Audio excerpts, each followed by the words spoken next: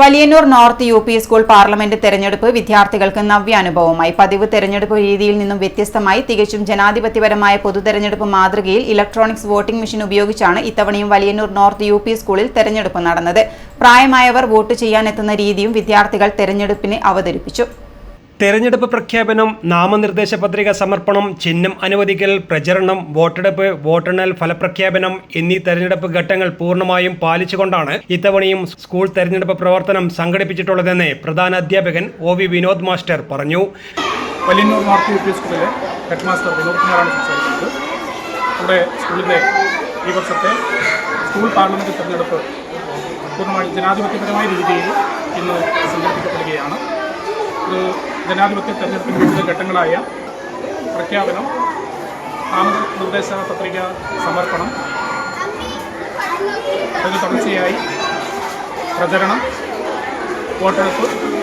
വോട്ടെടുപ്പ്, ഫലപ്രഖ്യാപനം, സത്യപ്രതിജ്ഞ ഈ രീതിയിൽ തെരഞ്ഞെടുപ്പിൻ്റെ എല്ലാ ഘട്ടങ്ങളും പാലിച്ചുകൊണ്ടാണ് വോട്ടെടുപ്പ് സംഘടിപ്പിച്ചിട്ടുള്ളത്.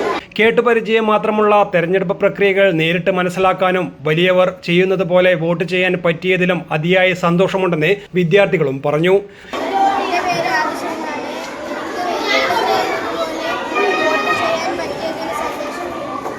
ജയിക്കുമെന്ന കാര്യത്തിൽ എല്ലാ സ്ഥാനാർത്ഥികൾക്കും ആത്മവിശ്വാസം ഉള്ളതായി സ്ഥാനാർത്ഥികൾ പറഞ്ഞു.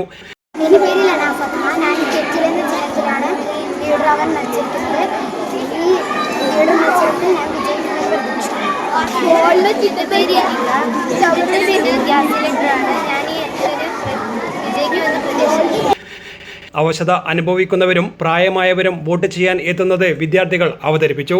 അധ്യാപകരായ എ ഷീന, എ സോന, പ്രനിൽ തുടങ്ങിയവർ തെരഞ്ഞെടുപ്പിന് നേതൃത്വം നൽകി. News desk, city news.